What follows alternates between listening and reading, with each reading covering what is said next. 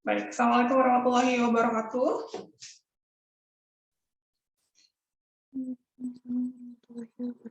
Waalaikumsalam. Suara saya jelas sampai kalian nggak? Jelas. Jelas teh.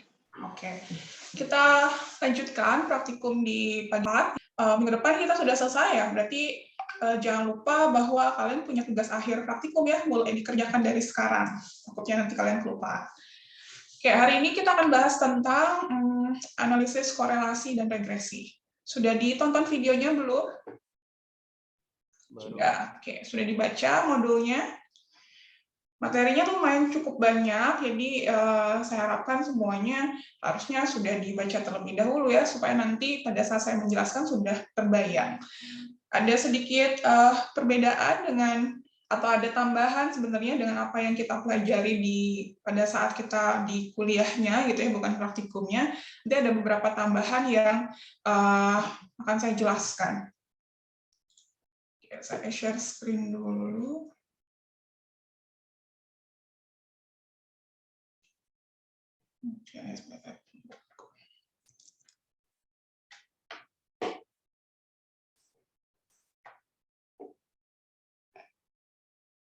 Oke, pertama kita akan berbicara tentang analisis korelasi. Seringkali saya bilang bahwa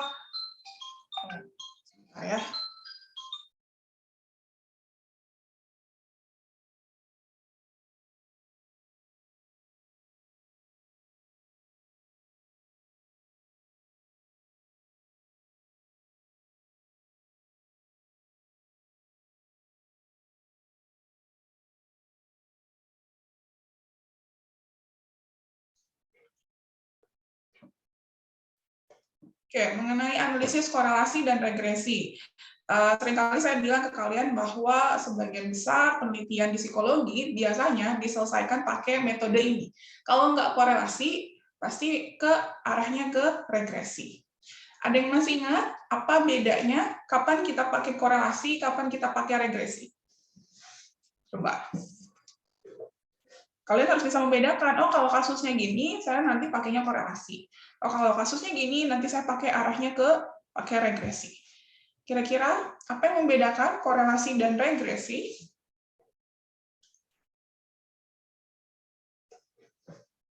Yang bisa jawab?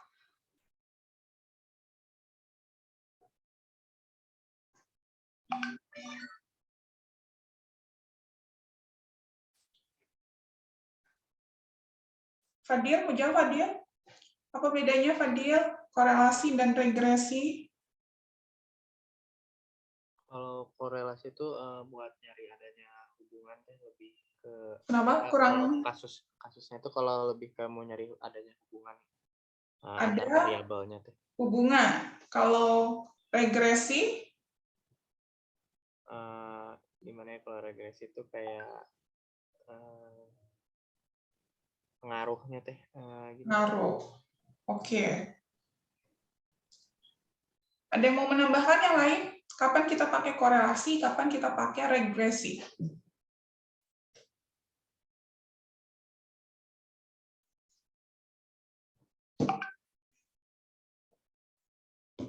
Putri, mau menambahkan, Put?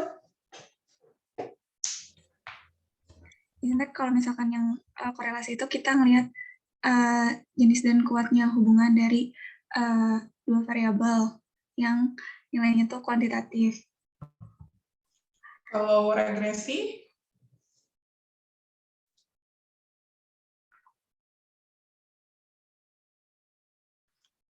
Kalau regresi apa?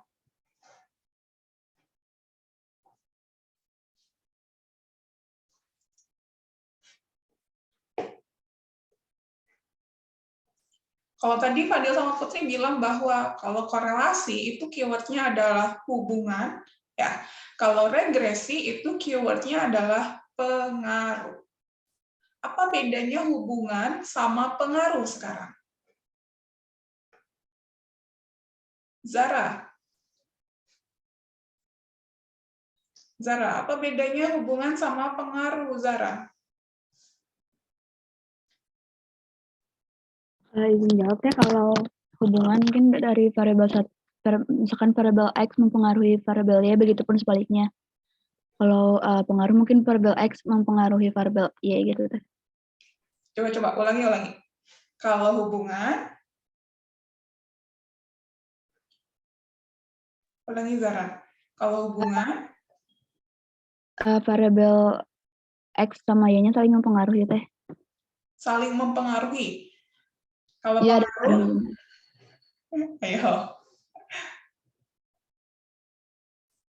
Kalau pengaruh tidak saling mempengaruhi.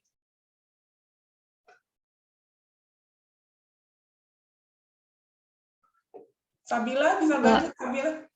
Oh, masih ada. Coba Ya, Zara. jadi kalau mungkin kalau yang regresi variabel satunya dapat diprediksi dari variabel satunya lagi. Dapat diprediksi oleh variabel satunya lagi. Oke. Sabila, mau menambahkan Sabila?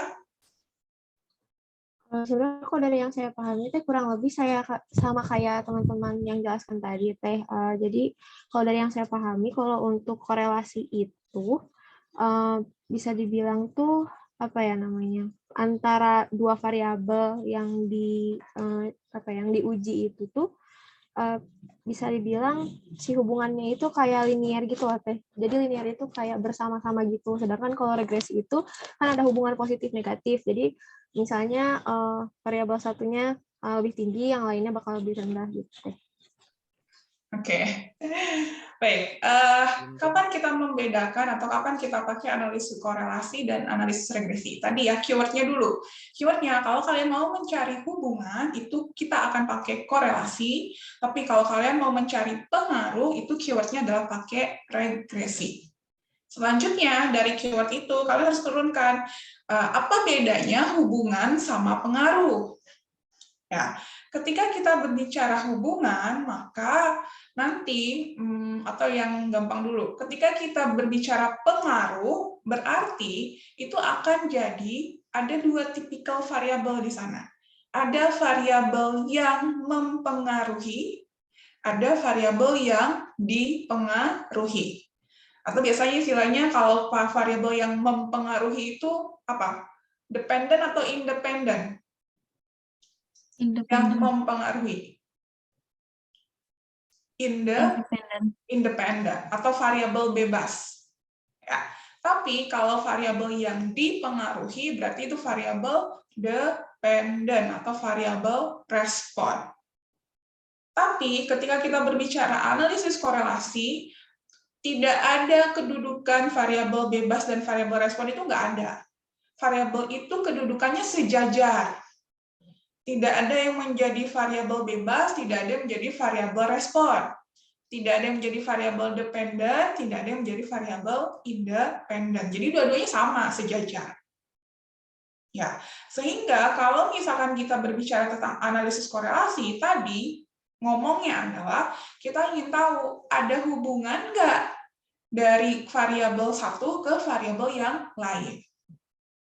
Ya, lalu setelah tahu dia ada hubungan atau tidak, biasanya pertanyaannya lanjut, seberapa erat hubungan mereka? Ya, kalau kita berbicara di sini, ya, ada hubungan, ini berbicara tentang korelasi, lalu nanti seberapa erat atau seberapa kuat sih hubungan mereka, gitu ya. Sama kalau kalian punya hubungan sama seseorang, gitu ya, kan semuanya saling ya, nggak ada yang lebih dominan atau mana yang menyebabkan mana, kan nggak ada. Gitu. Ini juga sama ketika kita berbicara tentang korelasi, ya dua-duanya sejajar, tidak ada yang menjadi sebab, tidak ada yang menjadi akibat.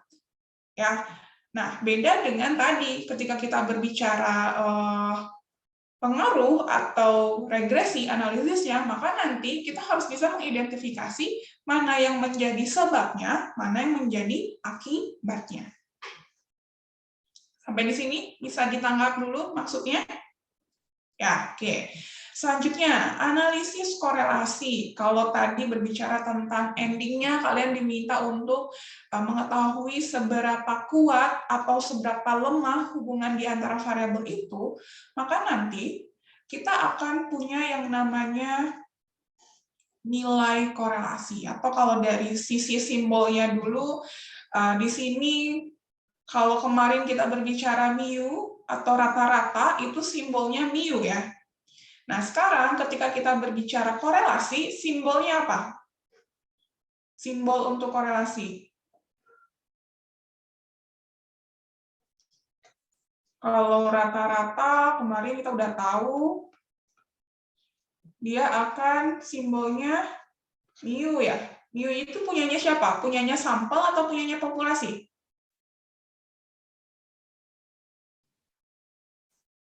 Punyanya Populasi. populasi. Kalau dia sampel, apa simbolnya? X bar. Ya, sama-sama rata-rata, tapi maknanya beda. Nah, kalau kita berbicara sekarang adalah korelasi, ini juga sama. Kalau dia untuk populasi, simbolnya apa? Oh, bukan teh. Betul. Korelasi itu adalah rho kalau dia untuk populasi. Kalau sampel, R. R kecil ya. R kecil ini buat sampel. Oke. Ketika kita berbicara populasi, tadi endingnya adalah ketika kita berbicara korelasi, endingnya adalah ingin tahu seberapa erat atau seberapa lemah hubungan di antara mereka, maka kita harus tahu nilai korelasi ini sebenarnya berapa ya. Ada yang masih ingat nilai korelasi itu nilainya sekitaran berapa atau range-nya?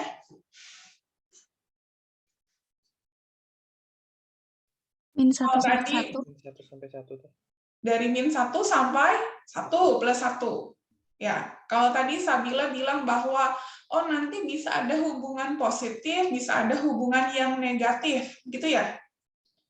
Nah, makna hubungan positif sama makna hubungan negatif itu apa? Kalau yang hubungan positif yang seperti apa? Kira-kira. Korelasinya sempurna. Gimana Fadil? Kurang keras suaranya Fadil. Sempurna tuh. Sempurna, oke. Bisa kasih contoh nggak yang positif itu yang kayak apa? Gimana ya? Coba. Hubungannya positif.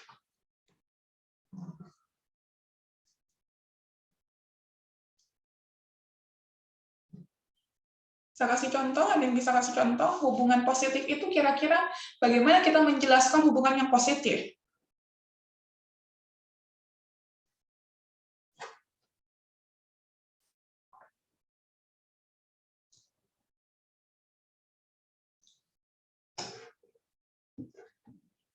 Safira, mau jawab Safira? Hubungan positif, bisa kasih contoh nggak? Atau yang positif dulu lah, bukan belum ke contoh. Yang positif itu kayak apa sih? Grafiknya naik kayak gitu. Grafiknya naik, oke. Kalau kita lihat dari scatter plotnya, misal ini ya. Misalkan ini scatter plotnya antara variabel 1, misalkan sumbu X-nya adalah variabel 1, sumbu Y-nya adalah variabel 2 ya. Kalau yang dibilang dia berhubungan positif, misalkan ini sumbu X ya, ini X, ini Y misalkan.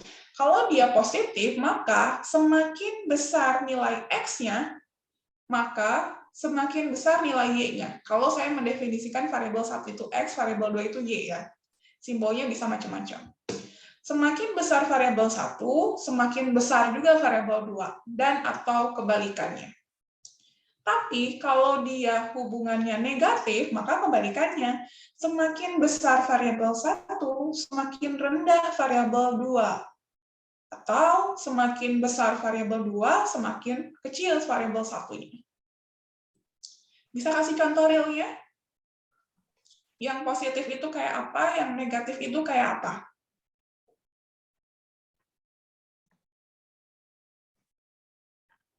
Misalkan motivasi belajar, kira-kira semakin besar motivasi belajar seseorang, berarti sambungin. Cari yang positif. Semakin besar motivasi belajar seseorang, semakin rendah apa?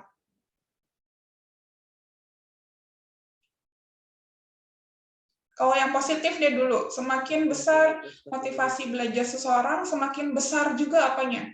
Semakin tinggi prestasinya juga. Prestasinya, misalkan.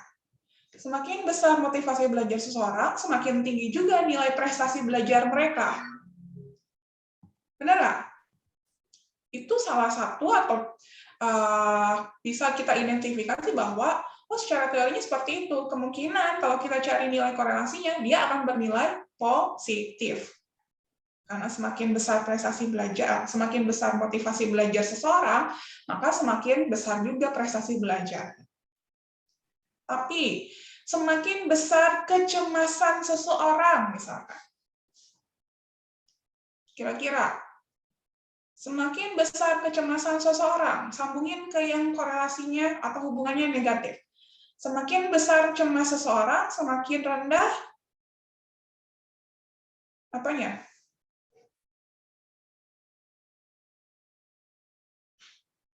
Semakin besar kecemasan seseorang, semakin rendah apanya? Kepercayaan dirinya. Tuh, kepercayaan dirinya, self-esteem misalkan ya. Semakin rendah atau semakin besar cemas, seseorang akan semakin tidak percaya diri atau self-esteem-nya semakin rendah misalkan skornya. Dan atau kebalikannya, semakin kecil atau semakin rendah tingkat kecemasan seseorang, self-esteem-nya bisa semakin tinggi. Nah, itu menandakan bahwa ada hubungan yang negatif di antara kedua variabel tersebut. Bisa diterima, bisa dipahami? Ya, itu berbicara tentang hubungan positif atau negatif. Nah, sekarang ketika kita berbicara tentang nilai korelasinya, tadi Fadil sama Sabila bilang, ada hubungan yang erat, ada hubungan yang lemah. Ya, karena endingnya kita ingin tahu seberapa kuat atau seberapa lemah hubungan di antara kedua variabel tersebut. Berarti ada yang sangat kuat, ada yang sangat lemah. Kira-kira kalau sangat kuat, nilai korelasinya berapa?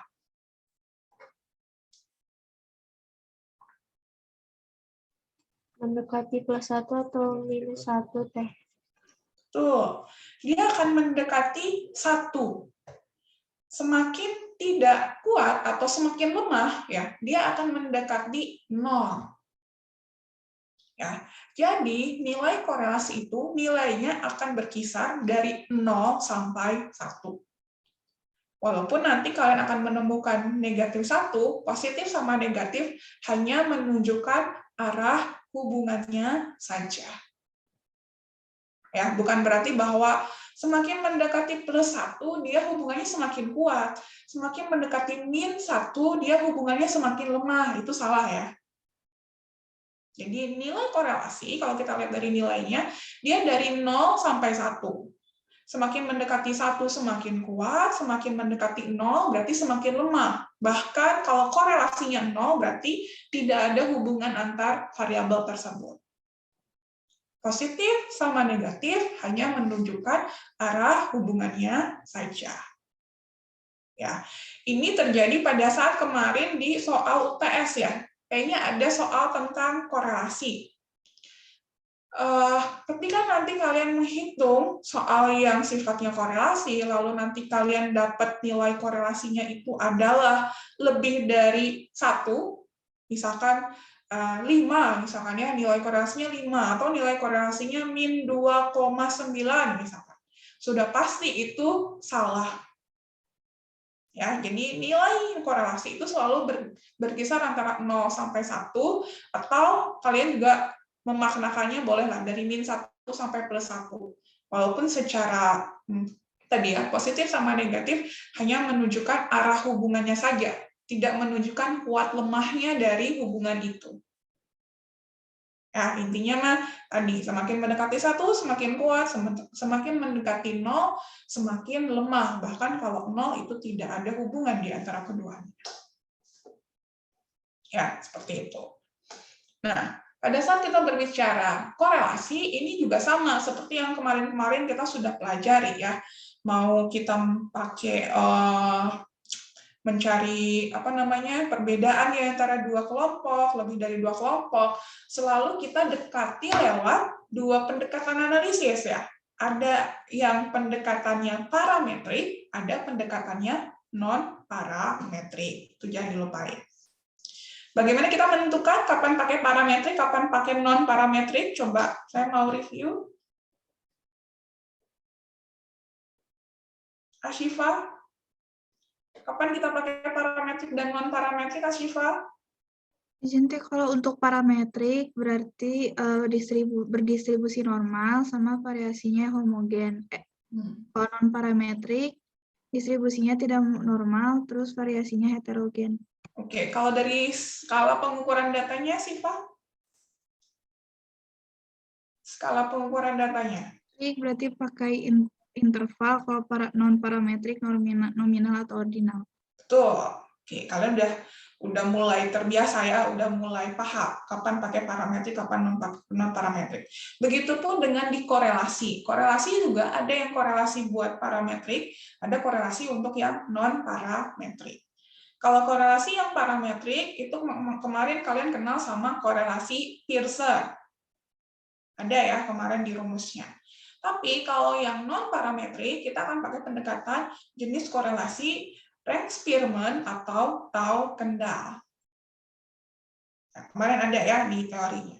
Nah, kalau tadi Asifa bilang bahwa asumsinya dia harus linear, harus normal dan variasinya homogen. Nah, kalau di kasus korelasi, asumsi utamanya di sini adalah hanya berdistribusi normal dan nanti hubungannya adalah linear. Hubungan linear itu seperti apa? Nanti kita bisa cek pakai scatter plot seperti ini. Kalau gambarnya seperti ini kan linear ya, lurus, tidak membentuk pola. Misalkan kalau yang selain linear, misalkan ada pola kuadratik, ada curve gitu ya, dan lain sebagainya. Tapi kalau kita memakai Pearson atau Pearson pendekatannya parametrik, itu asumsinya harus yang polanya dia linear. Seperti itu. Ya. Nah, pada saat kita melakukan analisis korelasi juga, biasanya kita melakukan pengujian hipotesis juga, ya. Kalau minggu lalu kita berbicara tentang hipotesisnya adalah ada perbedaan atau tidak ada perbedaan. Ya, ada perbedaan rata-rata di antara dua kelompok, tidak ada perbedaan rata-rata atau median di antara lebih dari dua kelompok. Nah, itu masih bahasanya adalah ada beda, tidak ada beda. Kalau di analisis korelasi, maka nanti bentuk hipotesisnya adalah ada hubungan dan tidak ada hubungan. Ya, jadi beda bahasanya.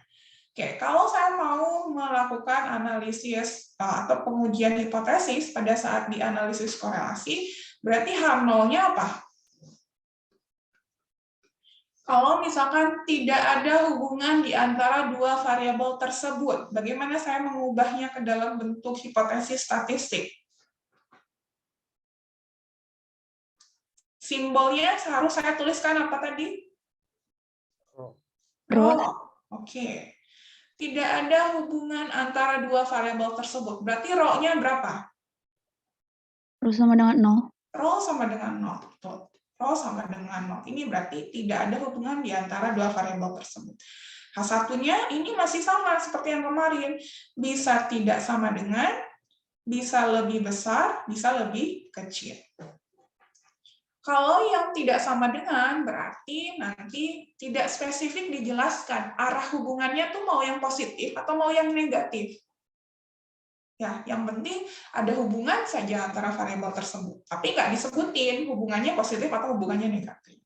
Ya, itu kalau yang tidak sama dengan. Berarti ini uji dua pihak nanti. Ya, kalau lebih besar, ketika rho lebih besar daripada 0, berarti dia positif atau negatif? Rho lebih besar 0, berarti positif atau negatif? Positif. Positif. Berarti yang ini adalah yang positif, yang ini adalah yang negatif. Mungkin nanti tipikal soalnya atau dari sisi teorinya menjelaskan bahwa tadi arah hubungannya positif atau negatif. Ya, kalau misalkan tadi ketika kita berbicara variabelnya motivasi sama prestasi, itu kan kalian udah belajar secara teorinya juga bahwa semakin besar motivasi seseorang, maka prestasi belajarnya semakin baik ya. Mungkin secara teorinya udah tahu. Oh, kalau udah tahu seperti itu, maka kita bisa simpulkan berarti arah hubungannya pasti positif di antara dua variabel itu. Maka nanti H1-nya adalah kalian pilih yang lebih besar. Tapi kalau yang tadi kebalikannya, kecemasan sama self-esteem, itu juga secara teoritis juga bisa dijelaskan bahwa kecemasan itu berbanding terbalik dengan self-esteem. Ketika kecemasan seseorangnya tinggi, maka self-esteem-nya rendah, gitu ya. Dan atau kebalikannya, ketika kecemasannya rendah, maka self-esteem-nya bisa tinggi, gitu ya. Nah, itu menandakan bahwa terdapat hubungan yang negatif. Berarti H1-nya nanti kurang dari. Ya, oke, sampai sini. Ada yang mau ditanyakan? Silakan.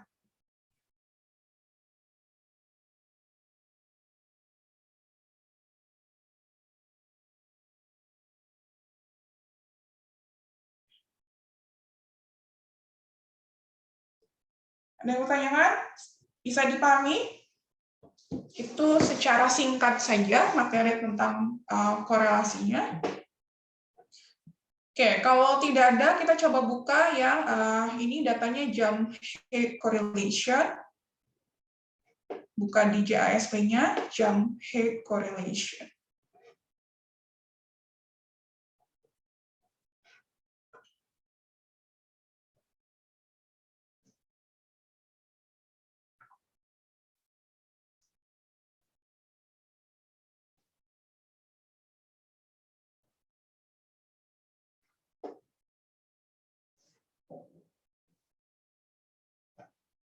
Sudah terbuka?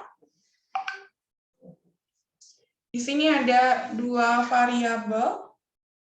Ada variabel jump height, ada variabel leg power. Tinggi lompatan sama kekuatan kaki. Ya.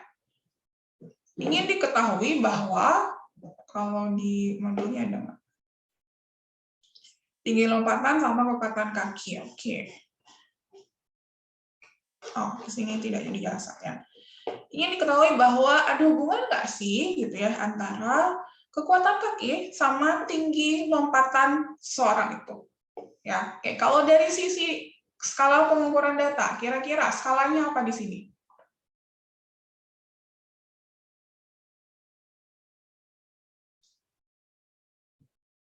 Apa skalanya? Rasio tuh. Kalau nggak interval, rasio ya. Yang jelas pasti scale di sininya ya. Oke, berarti sudah betul scale di sini.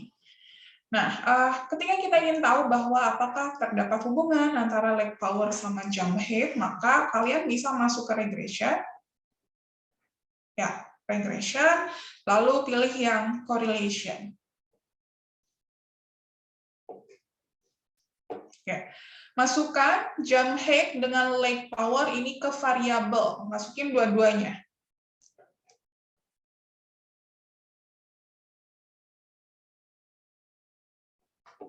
Oke.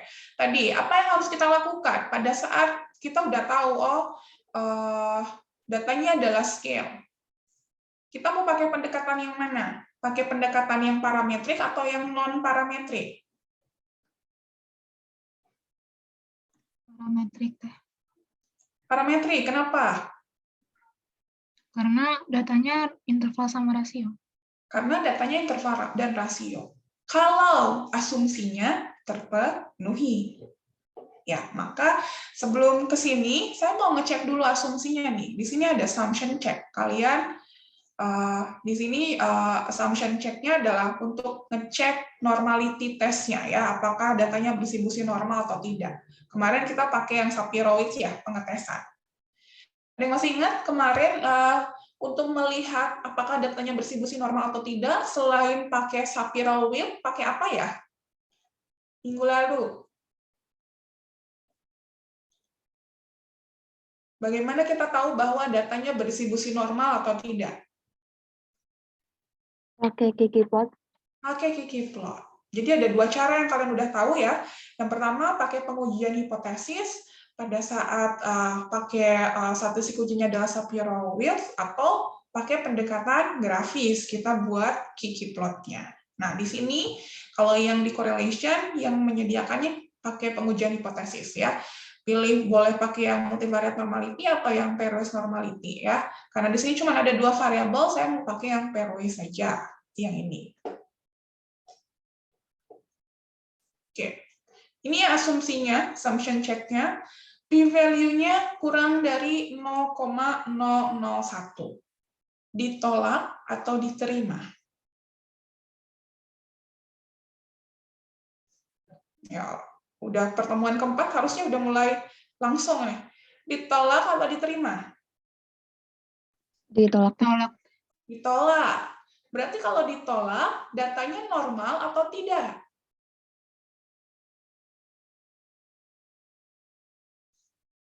Ya.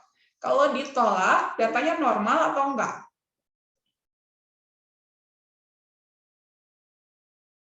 H0-nya apa dulu? H0-nya berdistribusi normal. H0-nya data berdistribusi normal, H1-nya tidak berdistribusi normal. Kalau H0-nya atau p-value-nya kurang dari 0,001, tadi tolak H0, berarti data berdistribusi normal atau tidak? Tidak. Tidak. Berarti kalau tidak, tetap kita pakai pendekatan parametrik? Atau dialihkan ke non-parametrik? Yang non-parametrik. Yang non-parametrik. Ya. Oke, anggaplah ini hasilnya normal ya. Anggaplah ini hasilnya normal sehingga saya akan lanjutkan dia ke parametrik ya. Di sini ada sample correlation coefficient. Ada 3 pilihan. Ada Pearson, ada Spearman, ada Tau Kendall. Tadi kalau Pearson kita pakai pada saat parametrik, kalau Spearman sama Tau Kendall itu kita pakai pada saat non parametrik. Ya, jadi sebelum ke sini harus kalian cek dulu asumsinya terpenuhi atau tidak. Anggaplah data yang tadi adalah normal, maka saya akan checklist yang Pearson-nya. Ya. Lalu ini additional option-nya saya pilih yang display pairwise, sama plotnya biar tahu tadi polanya linear atau tidak, centang yang scatter plot.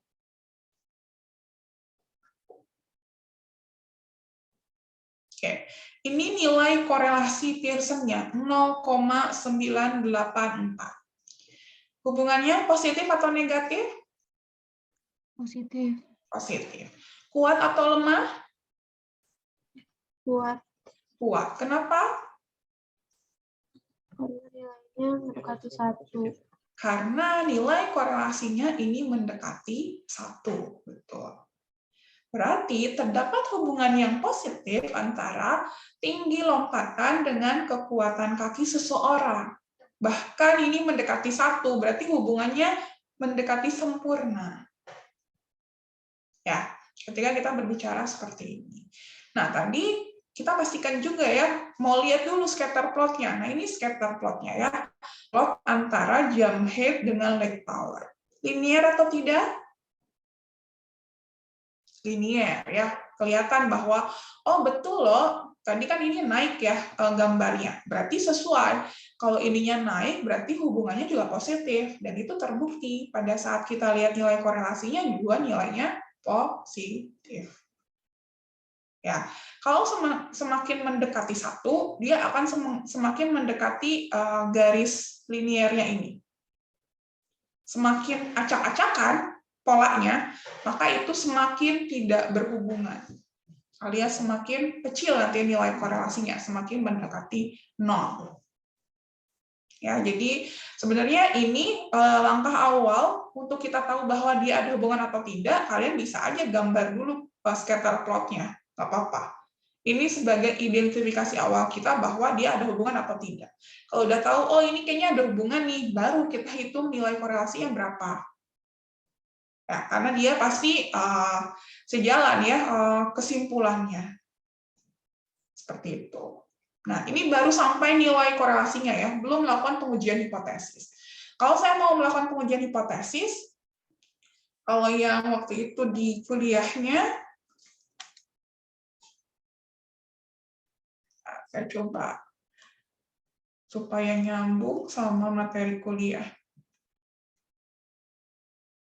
Nah, ini ya, kalau tadi 0,9 itu hasil perhitungan ini nih. Kalau dibedah, kalian pakai rumus ini, N kali sigma X-Y, min sigma X kali sigma Y, bla bla bla sampai selesai, pasti hasilnya 0,9. Ini udah kalian lakukan kemarin ya, ngerjain manualnya.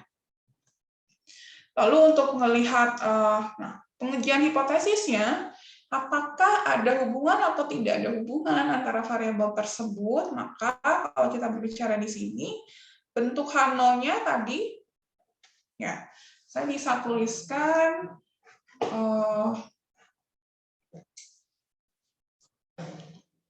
H0-nya tidak ada hubungan, ya biasanya kalau yang tuliskan di H0 adalah tidak ada hubungan, berarti rho sama dengan 0, ya. H1, kalau tidak dijelaskan secara spesifik arah hubungannya, berarti bisa saya tuliskan rho tidak sama dengan 0. Ya. P-value-nya segini, ditolak atau diterima? Ditolak. Ditolak. Kalau ditolak, ada hubungan atau tidak ada hubungan? Ada hubungan.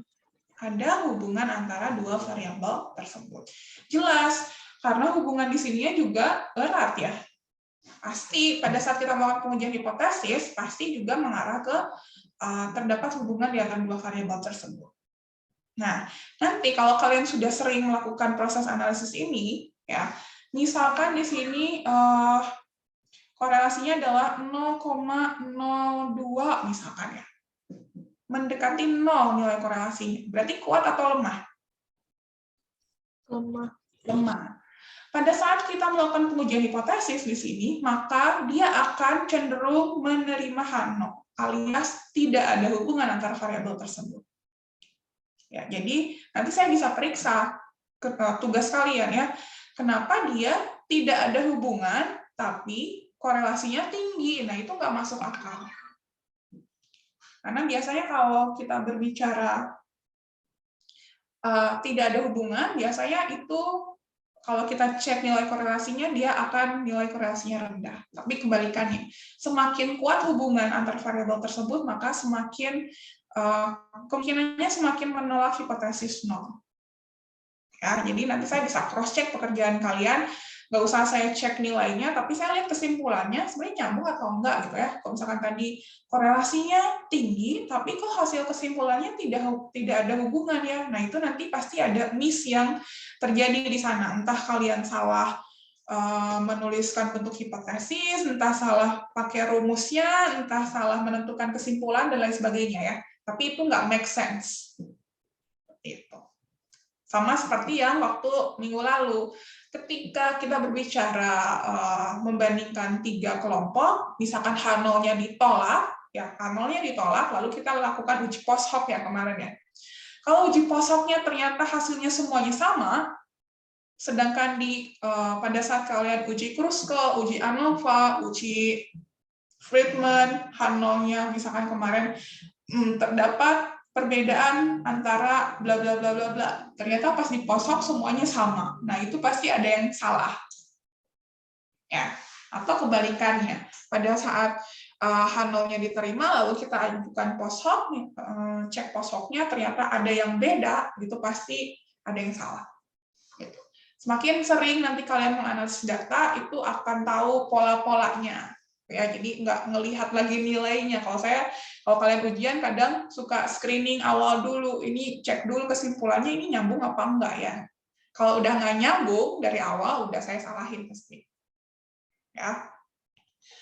Oke, nah tadi berbicara tentang pengujian hipotesis, seperti biasa ya, karena ini H1-nya tidak sama dengan, maka di sini alternatif hipotesisnya ada 3 pilihan ya, sama seperti yang kemarin-kemarin. Ada correlate positively, ada correlate negatively. Yang correlate positively kalau H1-nya itu lebih besar daripada 0. Kalau yang negatively berarti yang H1-nya, rho-nya kurang dari 0. Ya, seperti itu. Nah, ini kalau tadi pendekatannya saya asumsikan tadi walaupun datanya tidak normal, misalkan dia normal. Ya. Nah, kalau dia tidak normal, maka ini jangan kalian centang Pearson-nya. Ya, kalian pilih Spearman atau tahu kendal. Kalau di modul dijelaskan kalau yang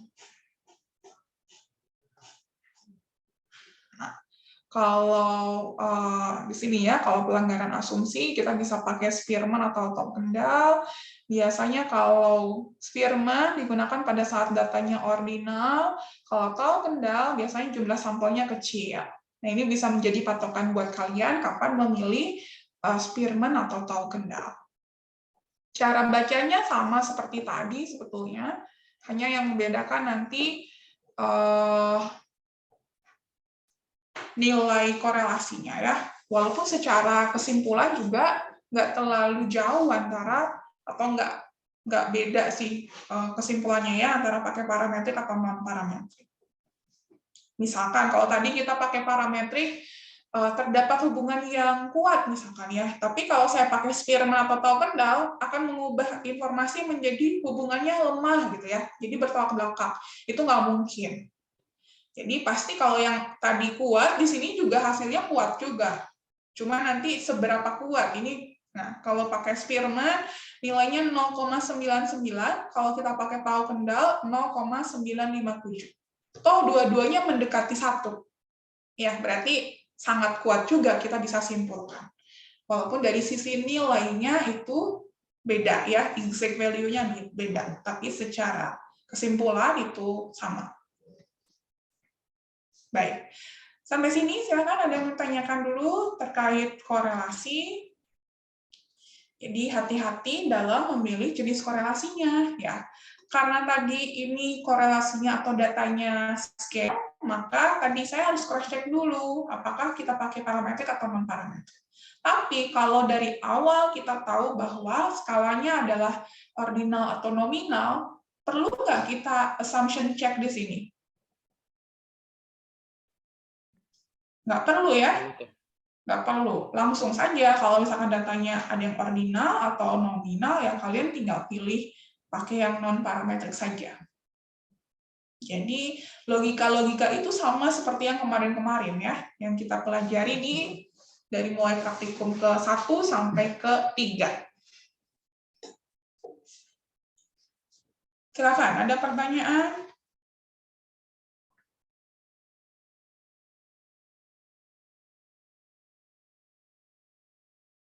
Belum deh.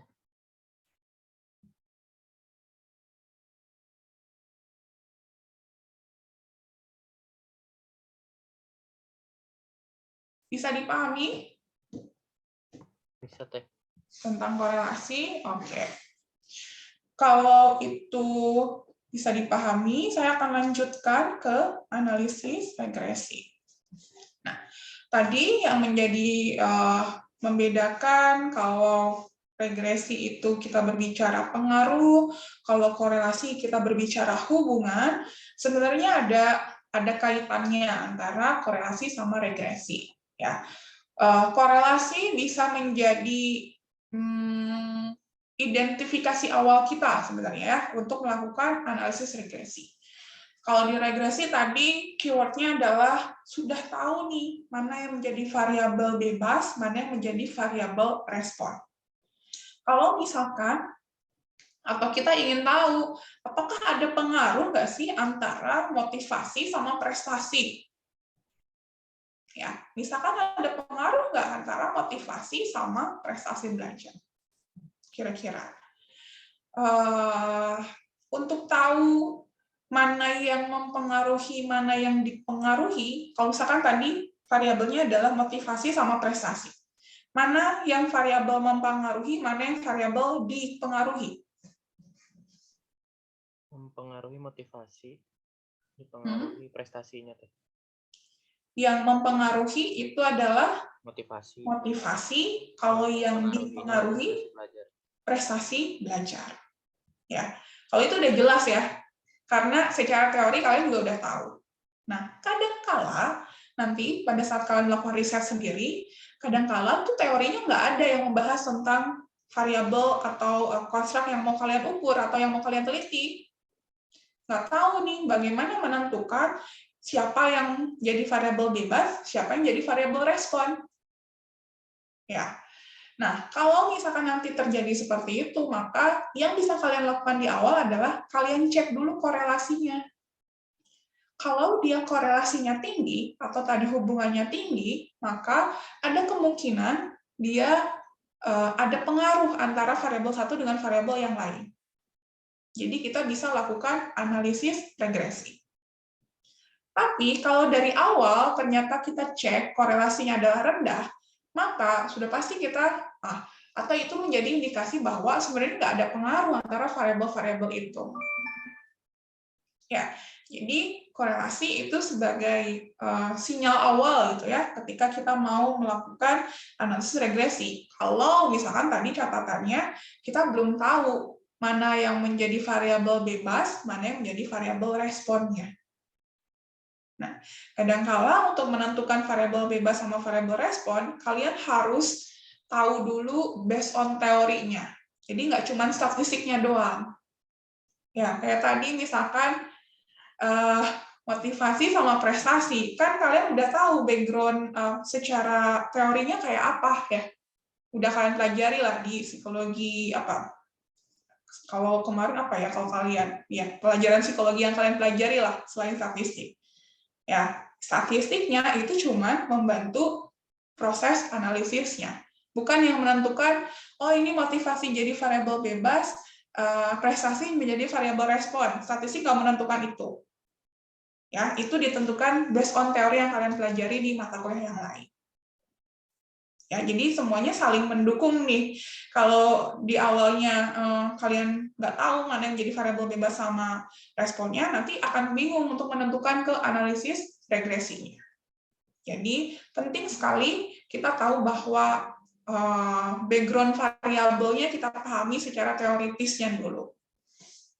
Ya, seperti itu.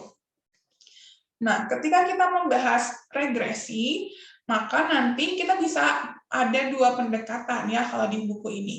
Ada yang kita sebut sebagai analisis regresi linier sederhana, ada yang regresi linier majemuk. Kalau di sini majemuk atau kalian bisa juga ada yang bilangnya multiple atau berganda. Ya.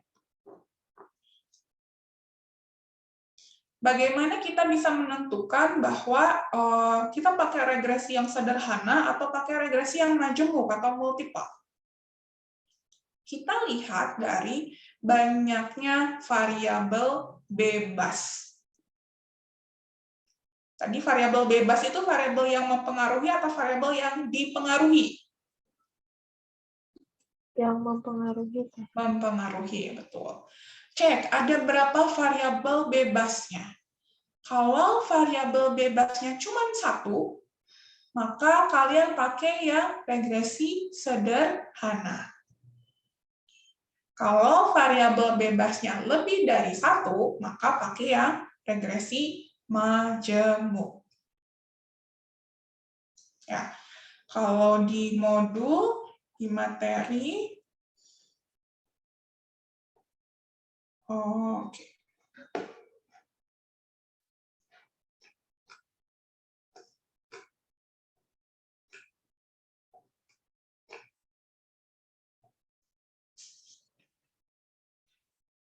Nih ya, kalian bikin persamaan ada Y sama dengan A plus BX, ini kita sebut sebagai model regresinya. Ya, tadi ada X, ada Y. Nah, yang dilakukan, ini sama Y sama dengan A plus BX, kalau yang di modul Y sama dengan C plus BX ya, beda simbol aja, tapi maknanya sama. Ada variabel Y, ada variabel X, C sama B ini sebagai koefisien regresi, biasanya bilangnya gitu ya. C adalah konstanta, B adalah koefisien regresi, yang mana kalau kemarin itu kalian cari pakai rumus manualnya, yang rumusnya panjang ya. Nih, Ini buat nyari B-nya, ntar nyari A-nya, lalu masukkan ke persamaan. Ya. Nah, di sini X-nya ini cuma 1. Ini model yang regresi sederhana. Kalau nanti kalian punya yang variabel bebasnya lebih dari 1, nanti persamaannya berubah menjadi, misalkan Y sama dengan ini C plus B1 X1 plus B2X2 plus bla bla bla bla sampai sebanyak XN-nya plus epsilon buat R. Ya, jadi kalau yang sederhana, karena dia sederhana, berarti yang paling gampang, X-nya cuma 1. Nah, kalau yang tadi, kalau lebih dari 1, berarti pakai yang regresi macam. Kalau tadi, saya ingin tahu, ada pengaruh nggak dari motivasi ke prestasi? Itu regresi sederhana atau majemuk ya? Motivasi ke prestasi. Sederhana. Sederhana. Kenapa sederhana? Karena variabel independennya atau yang bebasnya itu hanya motivasi. Betul. Walaupun di sana ada 2 variabel, ya, ada variabel motivasi, ada variabel prestasi, tapi kalian harus bisa membedakan tadi mana yang jadi variabel bebas, mana yang menjadi variabel responnya. Lalu cek ada berapa banyak yang menjadi variabel bebas. Kalau misalkan saya tambahin, ada pengaruh nggak ya antara motivasi, IPK, sama prestasi misalkan? Mana yang menjadi variabel bebasnya? Motivasi, IPK, terhadap prestasi. Mana yang menjadi variabel bebasnya? Motivasi dan IPK. Responnya tetap prestasi. Nah, sekarang udah ada 2 nih, si variabel bebasnya. Maka nggak boleh kita pakai regresi sederhana. Maka nanti pakai yang regresi multiple atau majemuk. Ya, seperti itu. Nah, asumsi-asumsinya di sini juga sama ya. Asumsinya ada hubungan linier, ada independen, normalitas juga masih ada, lalu ada homoscedastisitas, ini berhubungan sama variasinya homogen, ya. Lalu ada multi-call, autokorelasi, nah, dan seterusnya. Tuh.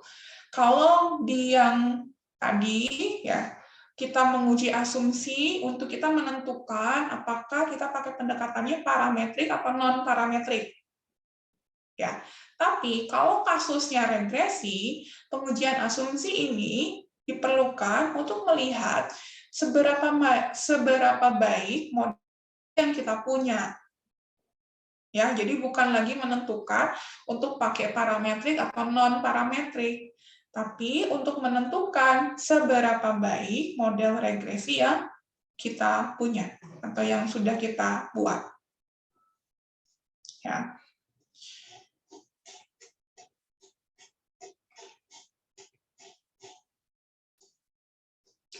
Oke, langsung saja saya ambil contohnya. Silakan kalian buka data tentang Rahbikik regression. Rahbikik regression.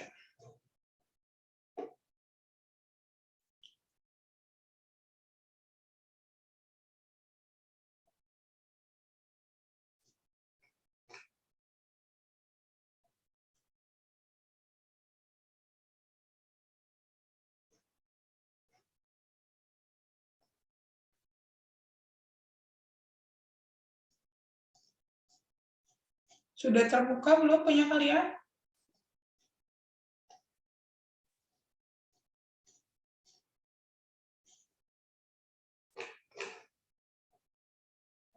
Oke. Ada berapa variabel di sini? 1, 2, 3, 4, 5, 6. Ada 6 variabel ya. Oke. Tadi, kalau saya mau menentukan, kalau di modul ini,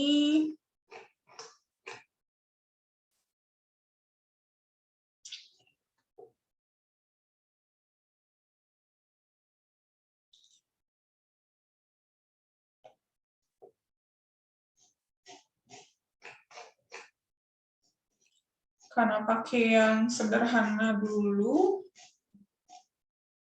Oke. Karena pakai yang sederhana dulu, maka variabelnya yang mau diambil hanya yang distance and right strength. Benar nggak? Mana tadi ya? Oke. R strength, right strength, sama distance, jarak. Jadi kita, walaupun di sini ada banyak ya, kita pakai ini dulu. R strength sama distance. Untuk bisa kalian bedain bagaimana proses analisis buat yang linear sederhana, yang sederhana sama yang majemuk. Ya. Distance sama R strength. Ini berbicara tentang olahraga rugby ya. Ada jarak, ada mungkin kekuatan kaki kanan ya, right strength. Nah, pada saat kita berbicara di regresi, jangan lupa kita harus bisa mengidentifikasi dulu mana yang jadi variabel bebas, mana yang jadi variabel respon. Beda dengan di korelasi yang tadi. Kalau korelasi tadi kan kita nggak harus menentukan kan mana yang jadi bebas sama respon. Kalau di sini itu wajib harus kalian lakukan. Kalau saya mau pakai distance sama R strength, kira-kira mana yang menjadi variabel bebas, mana yang menjadi variabel respon? Mungkin distance ini maksudnya adalah jarak tendangan gitu ya. Kalau R strength mungkin kekuatan kaki kanan. Kalau saya sih memahaminya gitu. Coba, mana yang menentukan mana? Yang strength mempengaruhi distance. Strength memenuhi distance. Kekuatan kaki menentukan jarak tendangan. Masuk akal nggak? Atau jarak menentukan kekuatan kaki? Yang mana yang masuk akal? Karena kita nggak tahu teorinya ya, ini kita pakai common sense aja lah. Kira-kira mana yang menentukan mana? R strength menentukan distance atau distance menentukan R strength? Kekuatan kaki menentukan jarak. Oke. Sepakat semuanya bahwa kekuatan kaki menentukan jarak tendangannya. Ada yang nggak sepakat? Ya. Oke, sepakat ya. Jadi kekuatan kaki menentukan jarak tendangannya. Alias kita bisa identifikasi bahwa yang jadi variabel bebasnya adalah R strength, yang menjadi variabel responnya adalah distance. Nah, untuk menentukan apakah ada pengaruh atau tidak di antara dua variabel ini, ya maka masuk lagi ke regression. Nah, sekarang kalian pilih yang linear regression.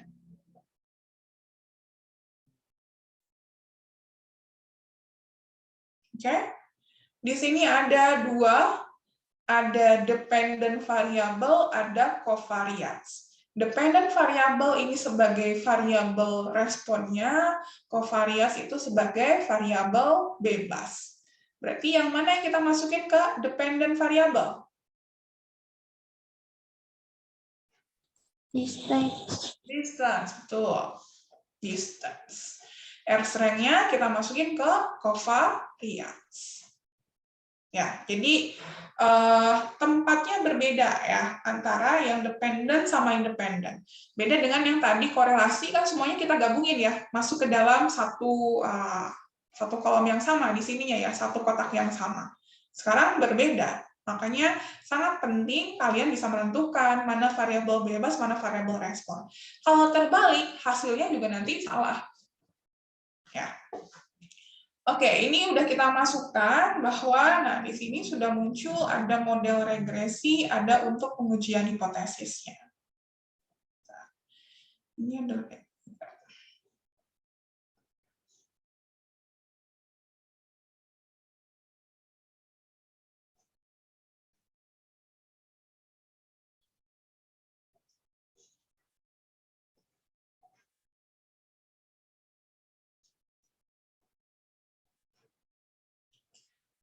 Oke, kita coba bahas dulu ini ya. Ketika berbicara regresi, maka kita harus punya model regresi tadi ya, yang kalian tadi punya persamaan Y sama dengan A plus BX, ya, kalian kalau di sini kan, ini persamaannya Y sama dengan A plus BX, A sama B-nya harus kalian cari nilainya pakai rumus di sini ya. Nah, sekarang karena sudah ada output-nya, maka yang mana itu yang A, yang mana itu yang B, maka ini nih, ini intercept, kalian baca yang H1-nya, yang intercept ini adalah A atau konstantanya, yang jadi B-nya adalah yang koefisien di R-strength-nya. Berarti kalau saya tuliskan, persamaannya menjadi seperti apa? Y sama dengan 57,105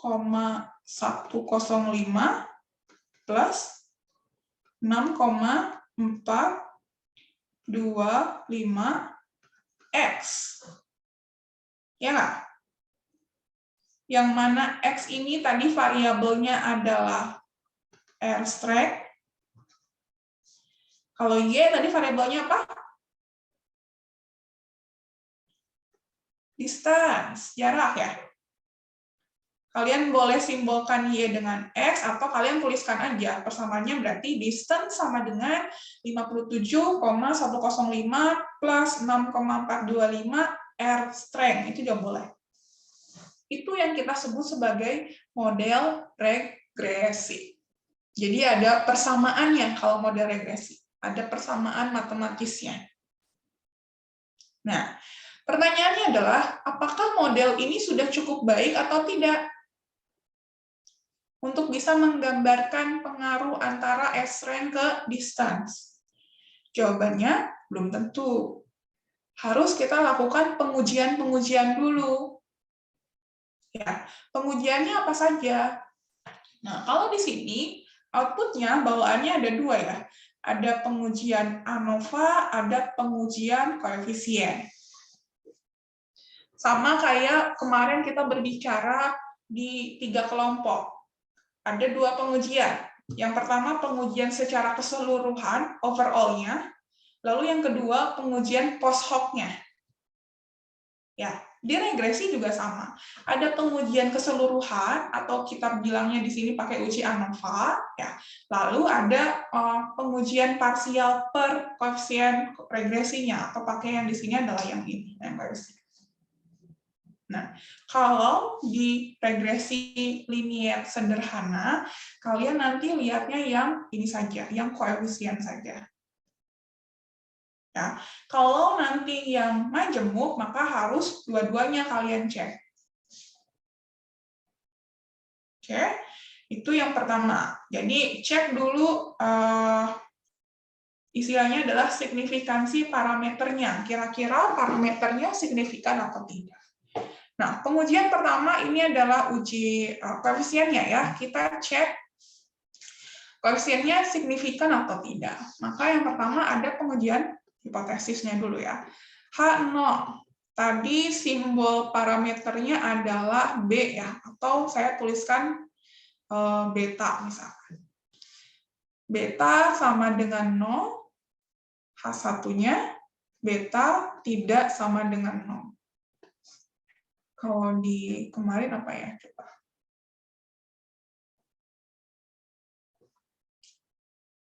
Nah, ini sama ya. Pengujian signifikansi koefisien regresi.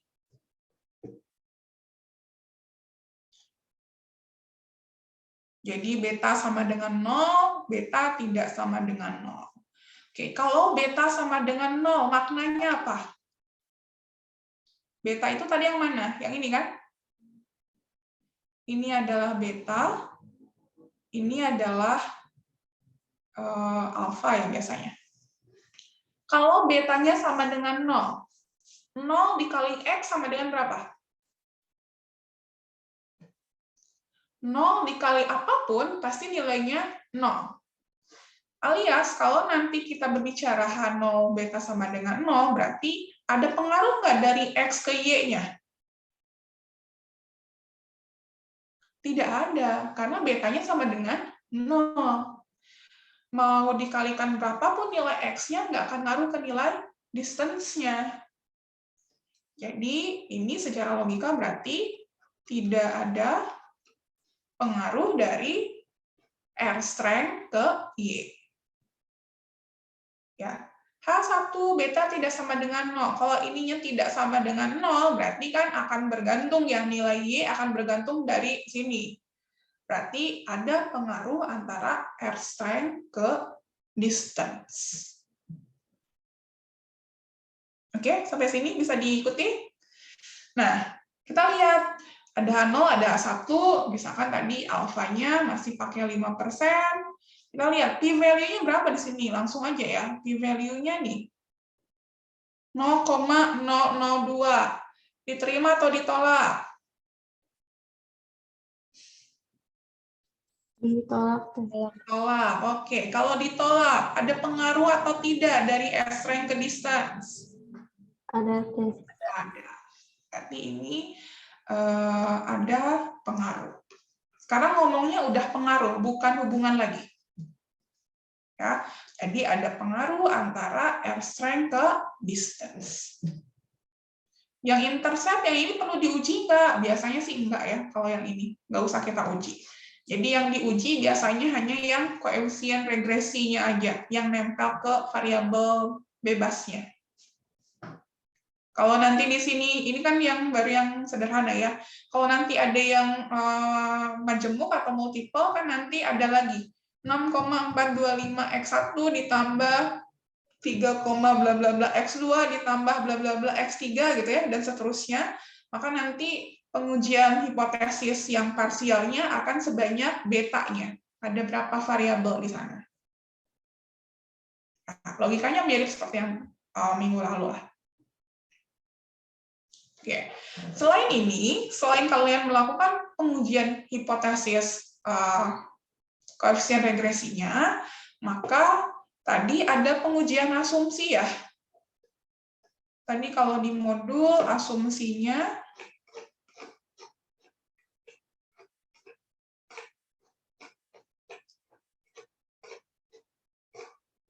ini ya, hubungan linier, independen, normal, homosedastisitas, multiko atau autokorelasi. Nah, untuk yang sederhana yang nanti kita bisa cross check adalah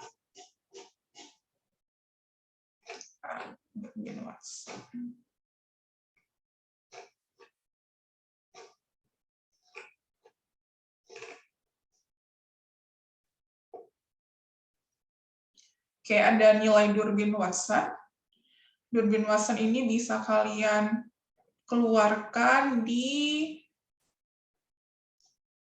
statistik, lalu di sini ada residualnya, kalian centang Durbin-Watson-nya.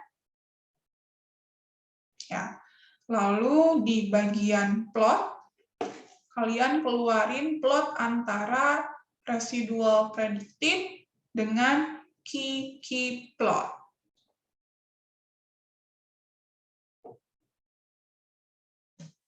Di sini ada Durbin-Watson ya, muncul di summary-nya, muncul Durbin-Watson, lalu nanti ada muncul dua plot, ada residual versus predicted, lalu ada key plot, standardized residual. Ini key plot, berarti kita ngecek normalitas. Ya, cuma normalitasnya normalitas dari siapa? Bukan normalitas dari data, tapi normalitas dari ini, standardized residual.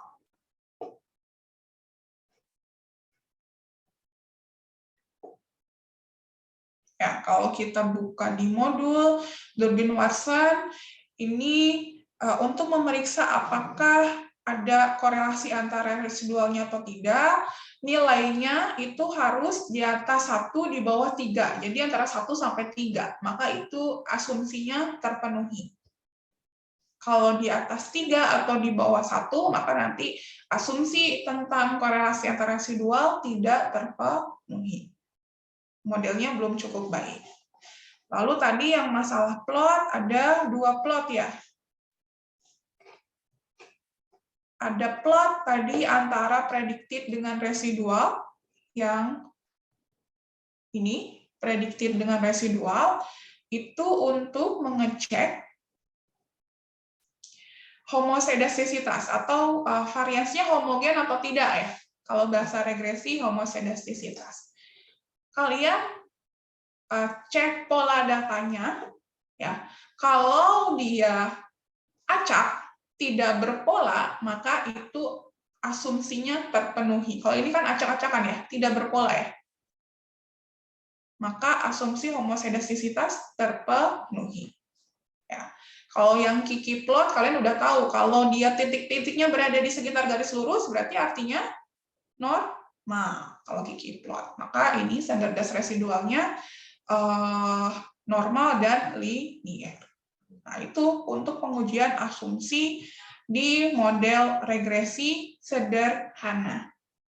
Kalau nanti yang multiple, selain yang ini, nanti ada tambahan multicollinearitas. Ya, sampai di sini ada yang mau ditanyakan? Jadi hasil akhir dari model regresi adalah, atau dari analisis regresi adalah persamaan model regresinya. Ini yang penting. Plus tadi pengujian hipotesis, apakah ada pengaruh atau tidak ada pengaruh dari setiap variabel bebas ke variabel responnya. Ya, seperti itu. Nah, satu lagi, kalau berbicara tentang regresi majmuk atau ada istilahnya multiple, regresi berganda, itu sama aja ya. Prinsipnya adalah tadi, banyaknya variabel bebas itu lebih dari satu. Jadi harus bisa mengidentifikasi mana yang jadi variabel bebas, mana yang menjadi variabel respon. Oke. Saya langsung contoh aja. Nah, masih contoh yang sama ya.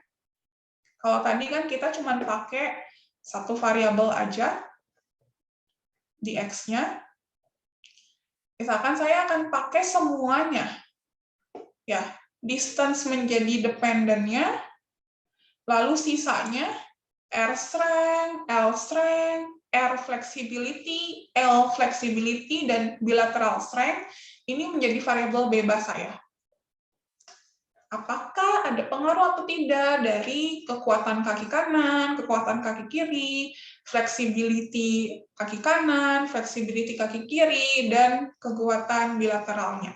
Maka ini saya bisa lakukan analisis sekaligus, masukin semuanya ke covariance. Ya, sama seperti tadi, kita cek. Nah, kalau ini nanti ada dua model ya, bukan dua model, ada dua pengujian hipotesis. Tadi pengujian secara overall, ya secara keseluruhan, secara general, dan pengujian secara parsialnya. Ya, oke, di sini model regresinya dulu deh. Model regresinya jadi apa ya? Coba. Model regresinya jadi apa? Misalkan ini saya simbolin X1, X2, X3, X4, X5. Model regresinya jadi gimana?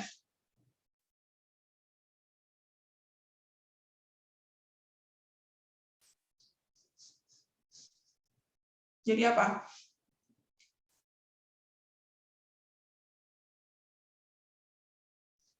Y sama dengan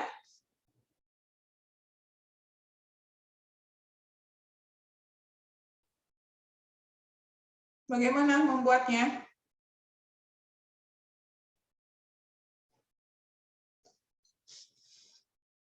Y sama dengan min 92,367. Ini sebagai konstanta, intercept itu konstanta, ditambah 1,74 X1 ditambah 0,703 X2 terus tambah 4,078 X3 terus ke bawah ya, minus 1,339 X4 plus 1,665 X5. Masih ada? Udah selesai. Karena cuma ada 5 variabel. Jadi persamaannya, ini sepanjang ini kalau kita punya model regresi majemuk atau multiple. Karena ada 5 variabel. Ya.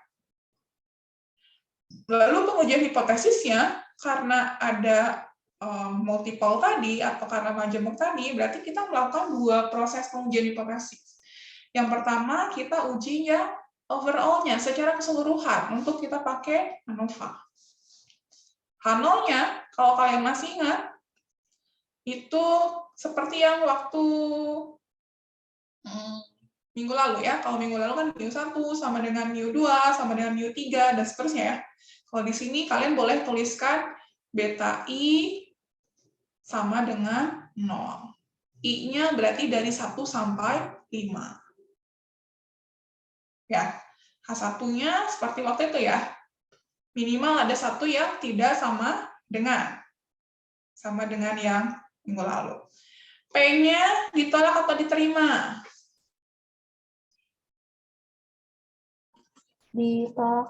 Ditolak. Ya. Atau ini kalau saya bilang bahwa tidak ada pengaruh, ya, tidak ada pengaruh antara R strength, L strength, R flexibility, L flexibility, bilateral strength terhadap si distance. Jadi disebutin semuanya. Ya, kalau yang H1-nya ada pengaruh dari keseluruhan variabel bebas terhadap responnya. Berarti ini ditolak. Berarti yang ini ya, ada pengaruh antara si variabel bebasnya ke variabel responnya. Itu secara global. Nah, kalau secara parsial, di sini yang kedua, kalian hitung masing-masing pengujian hipotesisnya. Karena di sini ada 5, berarti H0-nya beta 1 sama dengan 0, ini beta 1 tidak sama dengan 0. Baca di yang ini. Ya. Lalu nanti yang kedua, beta 2 sama dengan 0, beta 2 tidak sama dengan 0, berarti baca yang ini. Dan seterusnya, sampai terakhir. Terima kasih. Oke, beta 1 sama dengan 0, beta 2 sama dengan 0. Kalau kita lihat di sini, semuanya malah ditolak, diterima ya. Tidak ada pengaruh sebenarnya ya.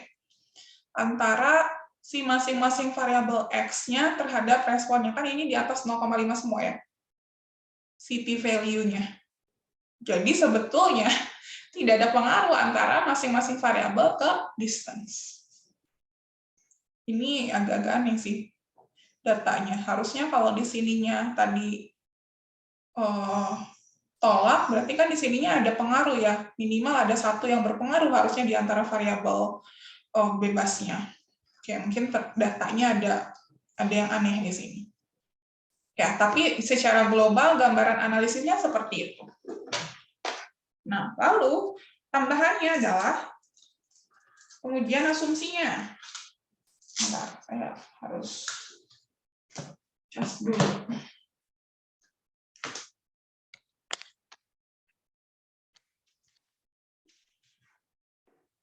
Pengujian asumsi yang tadi ya. Tadi yang statistik kita centang Durbin-Watson-nya. Ya. Lalu di plots-nya kita centang residual versus predicted sama Kiki plot. Oke, lalu di sini ada tambahan ini ya, collinearity diagnostiknya kalian centang juga kalau dia berganda.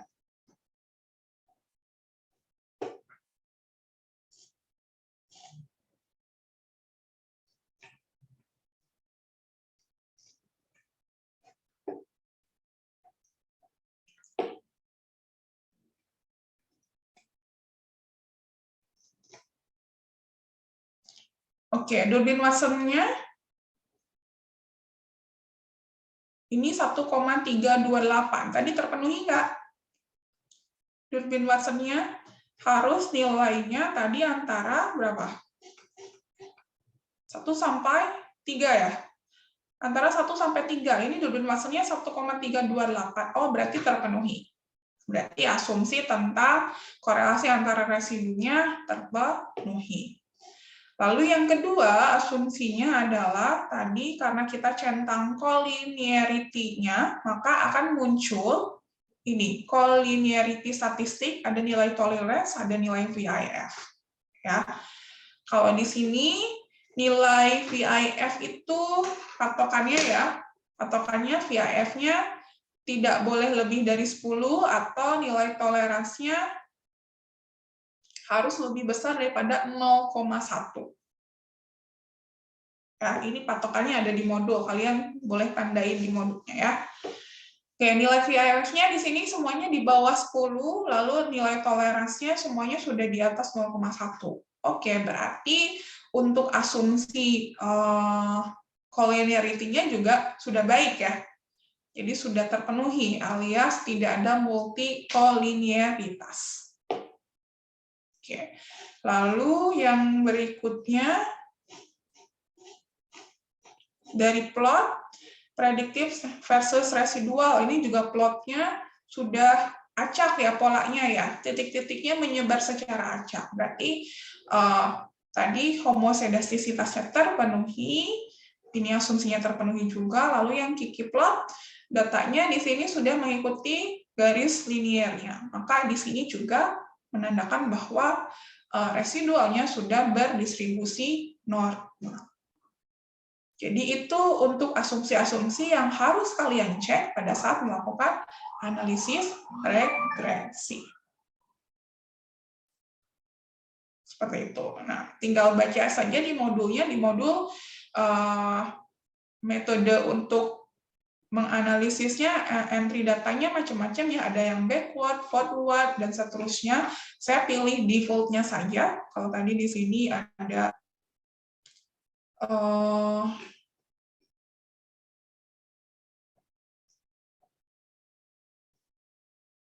mana tadi yang metode.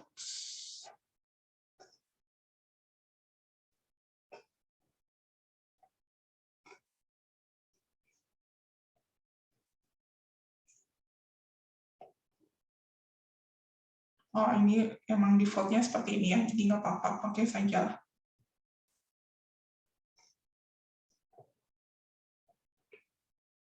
Oke. Oh, saya lupa tadi. Di regresi juga, interpretasinya penting juga kita melihat nilai R² di sini ya, ada nilai R. Tadi R itu kan korelasi ya. Nah, di regresi juga penting kita bisa menginterpretasikan nilai R²-nya. Di sini, kalau yang tadi ini yang linear sederhana ya, yang kasus pertama antara R strength sama distance, nilai R kuadratnya 0,614. Nah, sebenarnya ini nilai kuadrat dari koefisien regresi. Kalau tadi kita cek korelasinya, nilainya 0,78 pasti. Kita kuadratkan 0,614. Maknanya adalah ini untuk melihat seberapa baik atau seberapa besar variasi dari Y bisa dijelaskan oleh X. Jadi kalau di sini saya coba bacain di sini.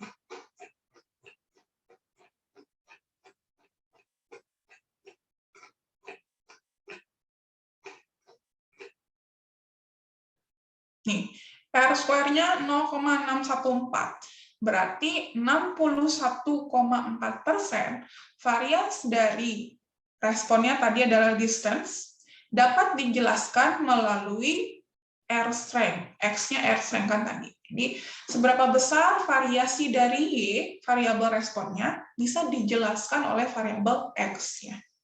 Gitu. Interpretasinya seperti itu ya. Semakin besar berarti semakin baik. Berarti artinya dari R strength dia bisa menjelaskan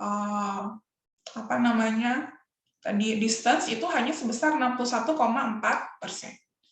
Atau kalau kalian ya, kalau di psikologi biasanya istilahnya adalah kontribusi.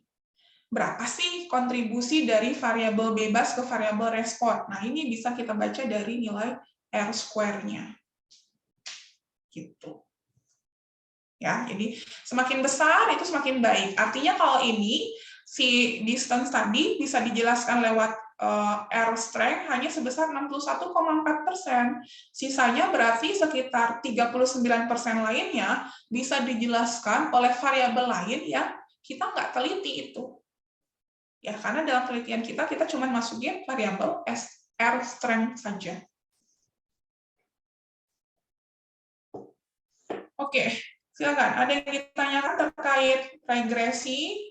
Ini versi simpelnya ya. Saya berusaha menjelaskan sesederhana mungkin. Karena kalau di statistik, kalau kalian punya teman di statistik, belajar analisis regresi itu 2 semester. Ada analisis regresi 1, ada analisis regresi 2. Di sini gimana caranya saya harus menjelaskan si 2 semester ke dalam 90 menit ke kalian. Gitu. Jadi ini versi yang mudahnya gitu ya. Nanti kalian bisa baca interpretasi di modulnya saja. Prosesnya seperti apa tahapannya. Ya, tapi kurang lebih tahapan globalnya tadi sudah saya jelaskan pada saat praktikum hari ini ya. Nanti ada pertanyaan. Biasanya kalau udah udah menganalisis. Saya gimana kalau tadi asumsi-asumsinya tidak terpenuhi semua gitu ya. Pasti nanti ada pertanyaan seperti itu. Ya, maka nanti model regresinya biasanya kita sesuaikan gitu ya. Kalau di statistik kita belajar ada yang namanya penanggulangan asumsi. Jadi nanti ada cara-caranya. Oh, kalau dia nggak normal nanti kita pakai pendekatan metode yang lain. Kalau nanti multi-call, ada multi-call, tadi VIF-nya ada yang lebih dari 10 gitu ya. Nanti kita pakai metode yang lain lagi gitu. Jadi ini mah garis besarnya saja ya. Nanti kalian tahu garis besarnya saja lah. Kalau dikasih tahu detailnya nanti pusing gitu. Jadi saya kasih yang inti-intinya saja dulu. Yang penting tahu dulu, nanti kalau ada pengembangannya nanti kita bisa diskusi di luar kelas ini ya. Silakan, ada pertanyaan?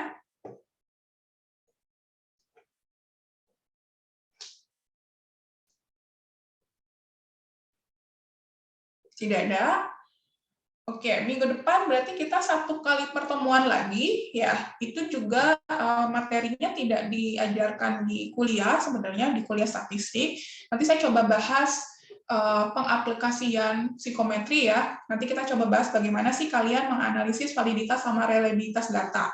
Karena itu juga menjadi poin penting ya, yang sering kali kalian lakukan nanti pada saat mengolah data gitu, bagaimana proses validitas sama reliabilitasnya.